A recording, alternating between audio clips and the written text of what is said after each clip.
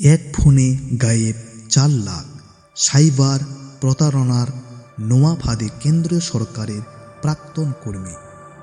ব্যাংকের KYC update করানোর নামে প্রতারণা, প্রতারকদের ফাঁদে খোদ কেন্দ্রীয় সরকারের অবসরপ্রাপ্ত কর্মী খোয়ালেন কয়েক লাখ টাকা। পুলিশের দ্বারস্থ হয়েছেন হুগলি জেলার উত্তরপাড়ার বাসিন্দা প্রভাত কুমার সরকার। তদন্ত শুরু করেছে চন্দননগর পুলিশ। কি জানা যাচ্ছে? এক ফোনে কয়েক লাখ টাকা খোয়ালেন বৃদ্ধ। KYC আপডেট করার নামে ফোন করে প্রতারণা করা হয়েছে বলে অভিযোগ। প্রায় 4,76,000 টাকা খোয়ালেন ওই ব্যক্তি। প্রতারণার ফাঁদে পড়ে চন্দননগর পুলিশের দ্বারস্থ উত্তরপাড়ার প্রাক্তন কেন্দ্রীয় সরকারি কর্মী। কিভাবে হলো প্রতারণা? জানা গিয়েছে হুগলি জেলার উত্তরপাড়া ভদ্রকালীর 89 রামলাল দত্ত রোডের বাসিন্দা প্রভাত কুমার সরকার। তিনি কেন্দ্রীয় সরকারের অডিট বিভাগের প্রাক্তন কর্মী ছিলেন। তার উত্তরপাড়া বন্ধন ব্যাংকে সেভিংস অ্যাকাউন্ট আছে।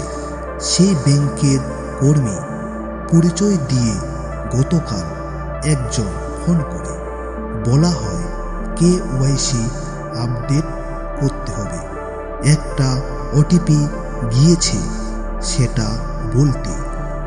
বৃদ্ধ প্রথমে OTP দিতে অস্বীকার করেন। প্রতারক তাকে বোঝায় OTP না দিলে KYC আপডেট হবে না, সেক্ষেত্রে অ্যাকাউন্ট বন্ধ হয়ে যাবে। খোয়ালেন লাখ লাখ টাকা। এরপর OTP দিতে থাকেন ওই ব্যক্তি। পরপর 4 বারে মোট 4 লাখ কয়েক হাজার টাকা গায়েব হয়ে যায় তার অ্যাকাউন্ট থেকে। পরে যখন বুঝতে পারেন আর কিছু করার ছিল না ওই বৃদ্ধের, এরপর প্রতারিত বৃদ্ধ ব্যাংকে গিয়ে বিষয়টি জানান। ব্যাংক পুলিশে অভিযোগ করতে বলে উত্তরপাড়া থানায় এবং চন্দননগর পুলিশের সাইবার বিভাগে অভিযোগ দায়ের করেন প্রতারিত। তদন্ত শুরু করেছে পুলিশ।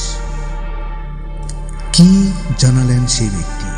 সুভাষ কুমার সরকার জানান, তার কাছে ফোন আসা বন্ধন ব্যাংক এর নাম করে, সেখান থেকে KYC করানোর নাম করে OTP চাওয়া। প্রথমে আমি দিতে চাইনি, পরে ওরা জানায় ব্যাংকের অ্যাকাউন্টটি বন্ধ হয়ে যাবে। ব্যাংকের কর্মী ভেবেই আমি ভুল করে OTP দিয়ে দিই। OTP জানাতে 4 বারে 4,76,000 টাকা গায়েব হয়ে যায়। বৃহস্পতিবার সকালে উত্তরপাড়া থানায় এই বিষয়ে অভিযোগ জানান পৌর। গোটা রাজ্য থেকে এরকম একাধিক সাইবার অপরাধের খবর আসে প্রায় প্রতিদিনই। ব্যাংকের OTP কারো সঙ্গে শেয়ার না করার কথা জানানো হলেও প্রতারিত হচ্ছেন বিভিন্ন ব্যক্তি।